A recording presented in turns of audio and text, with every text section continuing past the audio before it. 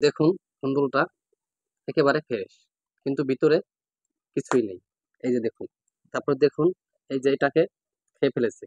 কিসে খেয়ে ফেলেছে আমি আপনি কেউ জানি না। ছোট ছোট কত পোকা, এই যে এই ধুন্দুলটা পোকা আক্রমণ করেনি। দেখুন একেবারে ফ্রেশ আছে। এই যে কত সুন্দর। এই সাজিতে যে ধুন্দুলগুলো আছে সেগুলো শেষ। এই যে দেখুন, এটাও একেবারে নষ্ট হয়ে গেছে। এইসব পোকার থেকে আপনারা যদি মুক্ত পেতে চান তাহলে আপনারা সম্পূর্ণ ভিডিও দেখুন। ইনশাল্লাহ আশা করি আপনারা এই সব পোকা থেকে আপনারা মুক্ত থাকবেন। এরকম ফ্রেশ ধুন্দুল পাবেন।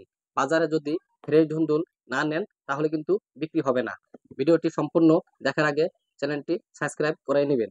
আপনারা আরো অনেক অনেক নতুন তথ্য পেয়ে যাবেন। ইনশাল্লাহ আশা করি আপনারাও বুঝবেন। আমাকেও বোঝানোর জন্য একটু সময় দিবেন। কৃষি ভাই ও বন্ধুগণ, আসসালামু আলাইকুম। আপনাদের মাঝে আজকেও আমি উপস্থিত হলাম কাজী মোহাম্মদ মনসুর। দেখেছেন ধুন্দুলের মাঝে সমস্যা, আর আমার হাতে দেখতেছেন একটি পোকা। এই পোকার কারণে সেই সমস্যাটা কারণ আপনারা অনেকেই জানেন, এই পোকা যখন ধুন্দুলে বসে তখন কিন্তু ধুন্দুলটি নষ্ট হয়ে যায়, ভেঙে হয়ে যায়, অথবা বেঁকা হয়ে যায়, ভিতরে পচে যায়, বিভিন্ন ধরনের রোগ দেখা দেয়। আমি আপনি সকলেই জানি, যদি ধুন্দুল ফ্রেশ না হয় তখন কিন্তু বাজারে সেটা বিক্রি করা সমস্যা হয়।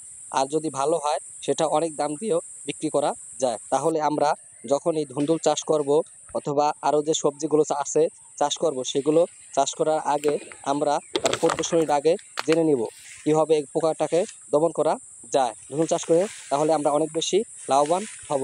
তাহলে আপনারা যদি ধুন্দুল চাষ করে লাভবান হতে চান তাহলে ভিডিওটি সম্পূর্ণ দেখুন।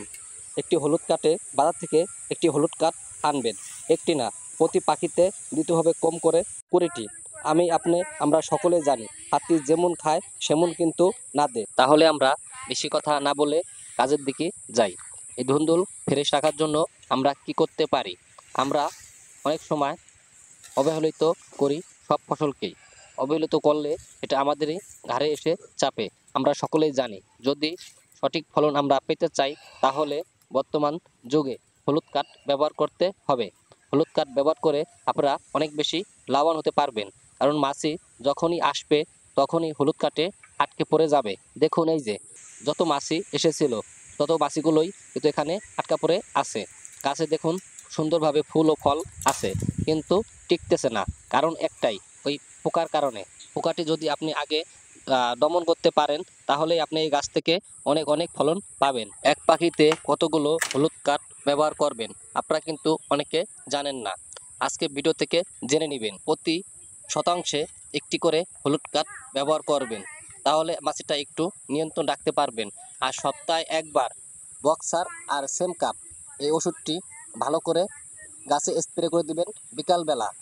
মুখে কিন্তু মাস্ক পরতে হবে, না হলে গন্ধে আপনি মাথা ঘুরে পড়ে যেতে পারেন। আর এইভাবে আপনারা যদি নিয়ম মেনে কাজ করেন তাহলে গাছ থেকে অনেক বেশি ফলন পাবেন ইনশাল্লাহ। আপনারা যদি আরও নতুন নতুন তথ্য পেতে চান, যেমন ধুন্দুল, করলা, লাউ এসবের পোকা দমন করতে চান, আরও কী কী ওষুধ ব্যবহার করবেন, লাউ থেকে বেশি ফলন পাবেন, করলা থেকে অধিক ফলন পাবেন, সেই সম্পর্কে যদি জানতে চান অবশ্যই চ্যানেলটি পাশে থাকুন।